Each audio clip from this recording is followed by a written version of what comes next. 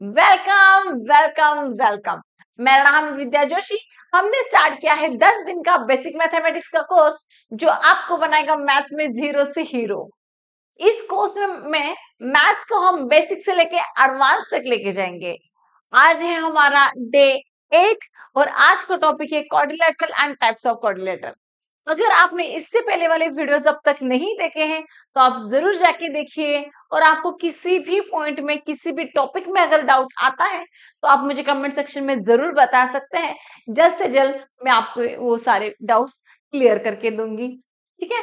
और अगर आपने अब तक चैनल को सब्सक्राइब नहीं किया है तो सब्सक्राइब कर लीजिए और बेल आइकन को प्रेस करना ना भूलिए ताकि आने वाली वीडियो के अपडेट्स आपको जल्द से जल्द मिल जाए। तो आज हम देखेंगे क्वाड्रिलेटरल क्या है, उसके कौन कौन से टाइप्स हैं, उनकी प्रॉपर्टीज क्या है, सब कुछ आज इस वीडियो में हम लोग डिटेल में देखेंगे। ये वीडियो क्लास 5 से लेके क्लास 10 तक के सभी स्टूडेंट्स के लिए बहुत ही ज्यादा इंपॉर्टेंट है। साथ ही साथ जो लोग कॉम्पिटिटिव एग्जाम की तैयारी कर रहे हैं, मतलब पुलिस, तलाटी, एसएसजी, किसी भी चीज की अगर कोई कॉम्पिटिटिव एग्जाम की तैयारी कर रहे हैं तो उनके लिए भी ये वीडियो काफी ज्यादा इंपॉर्टेंट है, ठीक है। तो चलिए स्टार्ट करते हैं। सबसे पहले हम लोग जानेंगे क्वाड्रिलेटरल का मतलब क्या है, क्वाड्रिलेटरल क्या होते हैं, ठीक है। अब क्वाड्रिलेटरल क्या है? Quadrilateral is a two dimensional geometrical shape.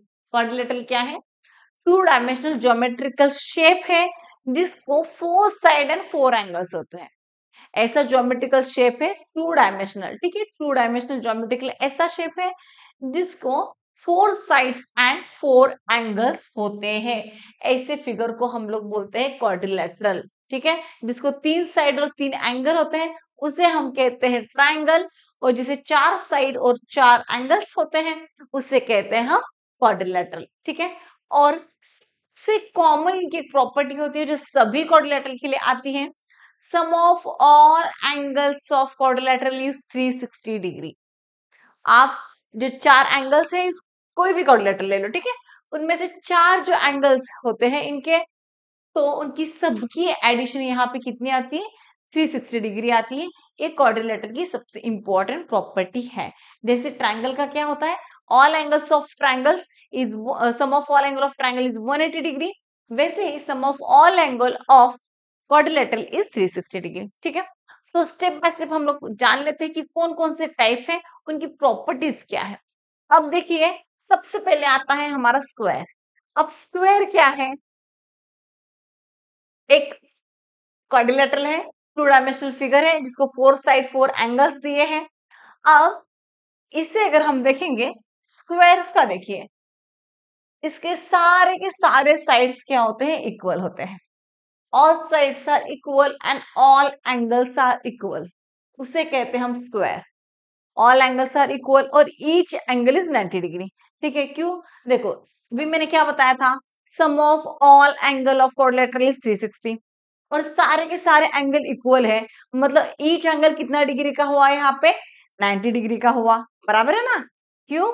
सारे के सारे एंगल हैं इक्वल और सभी एंगल का एडिशन जो होता है क्वाड्रिलेटरल में होता है 360। तो 360 divide by 4, each angle is आपका यहाँ पे बन जाता है 90 डिग्री। और अब all sides are equal and opposite sides are parallel. मतलब देखो, अगर इसको मैं अगर नाम दे देती हूँ ए बी सी डी तो यहाँ पे बन जाता है A B parallel C D, opposite sides are parallel and B C parallel A D, opposite sides are parallel, ठीक है। ये है इसका बेसिक। फिर नेक्स्ट आता है रेक्टेंगल। रेक्टेंगल भी देखो क्या है, इसका भी सेम ही है। अब अपोजिट साइड्स आर पैरेलल, मतलब एक साइड्स आ गए आपके पैरेलल, इसको भी नाम दे देती हूँ मैं पी क्यू आर एस, ठीक है। और इसकी और क्वाड्रिलेटरल, इसकी और स्क्वायर की एक कॉमन प्रॉपर्टी है, वो है each angle is 90 degree. Each angle is 90 degree and opposite sides are parallel. Square का भी सेम ही है, ईच एंगल इज 90 डिग्री, इसका भी है ईच एंगल इज 90 डिग्री। लेकिन स्क्वायर के क्या है? ऑल साइड्स आर इक्वल और रेक्टेंगल के है only opposite sides are equal, मतलब P Q is equal to Q R and sorry, P Q is equal to S R and Q R is equal to P S. Only opposite sides are congruent या equal आप बोल सकते हैं। and each angles are 90 degree, each angle is 90 degree. ठीक है, ये है इसकी प्रॉपर्टी। नेक्स्ट आता है rhombus. Rhombus is quite similar to the square. अब इसका और इसका क्या कनेक्शन है? रोम्बस और स्क्वायर का देखो, all sides are equal. Square के भी ऑल साइड्स इक्वल है, रोम्बस के भी ऑल साइड्स इक्वल है, बस स्क्वायर का ईच एंगल इज क्या है? 90 डिग्री है, और रोम्बस के only opposite angles are congruent, या only opposite angles are equal. Okay, मतलब अगर मैं इसको ए बी सी डी नाम दे देती हूं, तो इसका क्या बन जाएगा? ए एंगल ए कॉन्ग्रुएंट बन जाएगा एंगल सी, और एंगल डी कॉन्ग्रुएंट बन जाएगा एंगल बी।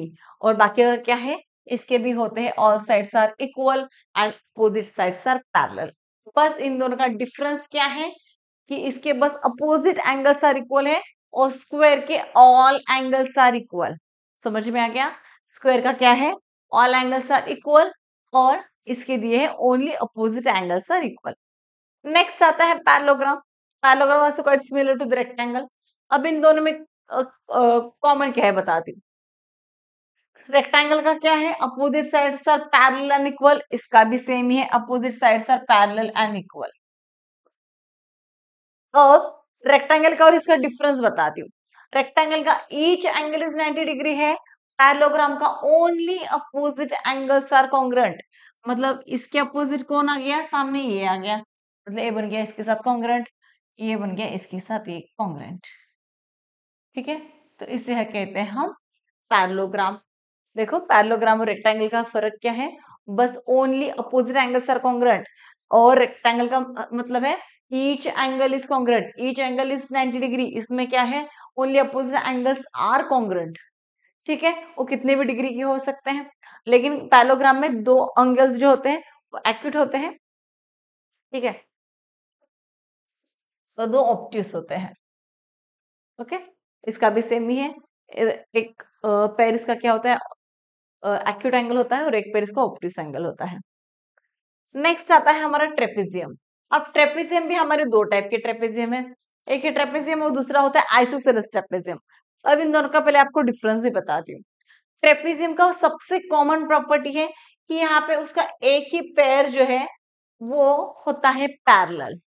क्या होता है? पैरेलल। ओके, उसे कहते हैं हम ट्रेपेजियम। और आइसोसेलेस ट्रेपेजियम में क्या होता है? एक पैर तो उसका हो गया पैरेलल, मतलब अपोजिट साइड तो उसके एक बन गया पैरेलल, और दूसरे अपोजिट जो साइड्स होते हैं वो होते हैं कॉन्ग्रुएंट। ऐसे टाइप को हम बोलते हैं आइसोसेलेस ट्रेपेजियम। क्या बोलते हैं? Isosceles trapezium. और एक टाइप का ट्रेपेजियम होता है जिसमें बस कोई भी साइड इक्वल नहीं होती, बस ओनली एक पैर जो है उसका वही पैरेलल होता है। एक ही अपोजिट साइड का जो पैर है वो एक क्या होता है? पैरेलल होता है, बाकी के दो पैरेलल नहीं होते, ना इक्वल होते। और ये जो ट्रेपेजियम है, इस ट्रेपेजियम में एक भी साइड इक्वल नहीं है, ना इसका डायगोनल इक्वल है, कुछ भी नहीं है। बस इसका क्या होता है? Only opposite side, only one pair of opposite sides are parallel. Okay, वो एक होता है ट्रेपेजियम, और इसको कहते हैं हम आइसोसेलेस ट्रेपेजियम। इसमें क्या होता है? एक अपोजिट पेयर जो है वो होता है कॉन्ग्रुएंट, इक्वल होता है, सेम होता है, और एक पेयर जो होता है अपोजिट साइड का वो होता है पैरेलल। इसे कहते हैं हम आइसोसेलेस ट्रेपेजियम। फिर नेक्स्ट आता है काइट। अब काइट क्या है? देखिए, क्वाइट काइट का जो करस्पॉन्डिंग साइड, मतलब ये इसके साथ इक्वल रहेगा, ये इसके साथ इक्वल रहेगा। ठीक है, और इसके जो डायगोनल्स है वो क्या करते हैं? परपेंडिकुलर होते हैं, एक दूसरे को meet at 90 degree, intersect at 90 degree होते हैं। समझ में आ गया? सारे क्वाड्रिलेटरल का डिफरेंस आपको अच्छे से समझ में आ गया। स्क्वायर क्या है, रेक्टेंगल क्या है, रोम्बस क्या है, पैरेललोग्राम है, आइसोसेलेस ट्रेपेजियम, ट्रेपेजियम और काइट। ट्रेपेजियम के ही ये दो टाइप है, ट्रेपेजियम और आइसोसेलेस ट्रेपेजियम। ऐसे टोटल मिला के 6 टाइप ऑफ क्वाड्रिलेटरल हमें है, और 2 टाइप के ट्रेपेजियम। ठीक है, समझ में आ गया? चलो, अब नेक्स्ट पार्ट देखते हैं। नेक्स्ट पार्ट है इसकी प्रॉपर्टीज क्या है। अब हमने जो प्रॉपर्टी देखी वो मोटा मोटा देख ली ऊपर ऊपर का। अब मेन इसकी प्रॉपर्टीज देखते हैं। अभी मैंने क्या बताया था? स्क्वायर के ईच एंगल इज 90 डिग्री, साथ ही साथ में all angles are equal, all sides are equal. अब आता है इसके डायगोनल्स।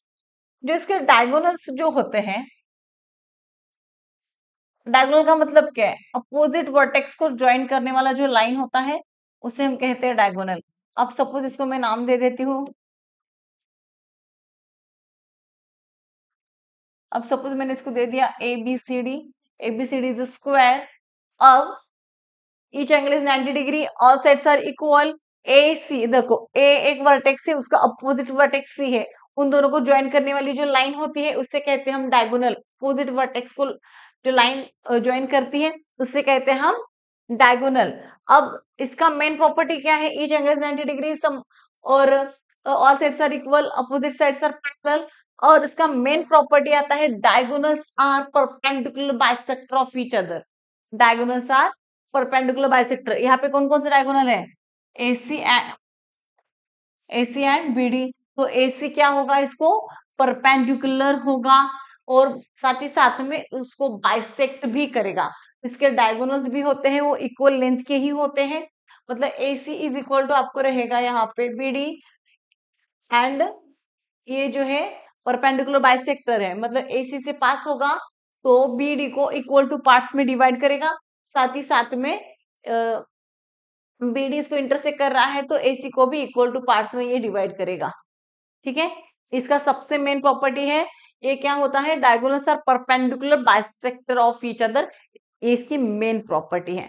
समझ में आ गया? डायगोनल्स इसके इक्वल होते हैं और डायगोनल्स आर परपेंडिकुलर बाइसेक्टर होते हैं।